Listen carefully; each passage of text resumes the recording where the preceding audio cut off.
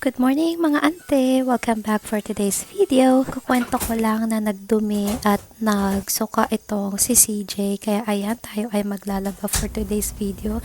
Napakadami ko nalaban na bedsheet dahil nakailang beses siyang nagsuka na hindi niya makontrol. Napakahirap po kasi na pag may sakit yung bata dito sa Canada. If yan si CJ, for example, hindi niya talaga kayang pumasok sa school or hindi niya kaya talaga yung katawan niya, kailangan ko ring umabsent sa trabaho.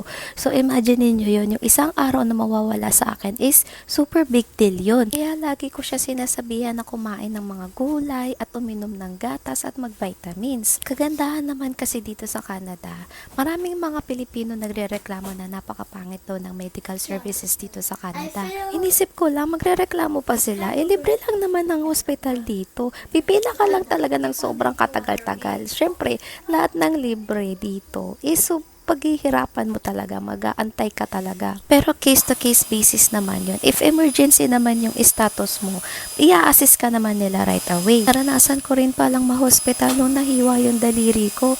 Alam nyo ba guys, expired na yung Medicare ko, pero in-assist pa rin nila ako at wala akong binayaran ni sing-kondusing. Yung Medicare naman kasi guys, kapag dumating ka dito sa Canada, kailangan mo kumuha nun para kapag magpapa-hospital ka or magpapabakuna, yun yung una nilang hinahanap. Para siyang PhilHealth sa Pilipinas. Magiging maarte pa ba ako doon? Wala na akong karapatang magpa-hospital pero tinanggap pa rin nila ako guys. Pero sinasabi nila, may mga nag-a-advise sa akin, kapag may meron kang family doctor, kung nasaan lugar ka man, is mabilis na lang daw yon. Which is kami, wala pa kasi kaming family doctor kaya hindi ko pa nararanasan magkaroon ng family doctor. Kaya hindi ko siya maikwento ngayon. So, ikakwento ko lang yung mga na-experience namin. So, nung pinapa-check up ko si CJ sa mga small clinic, kapag kunyari nilalagnat siya or masakit yung ngipin niya, dadalhin, pipila lang kami doon. Siguro maximum of 1 hour, tapos na kami. So, yun, hindi naman siya super emergency. Pre-resetahan lang kami ng gamot. So, sa gamot naman, may bayad siya.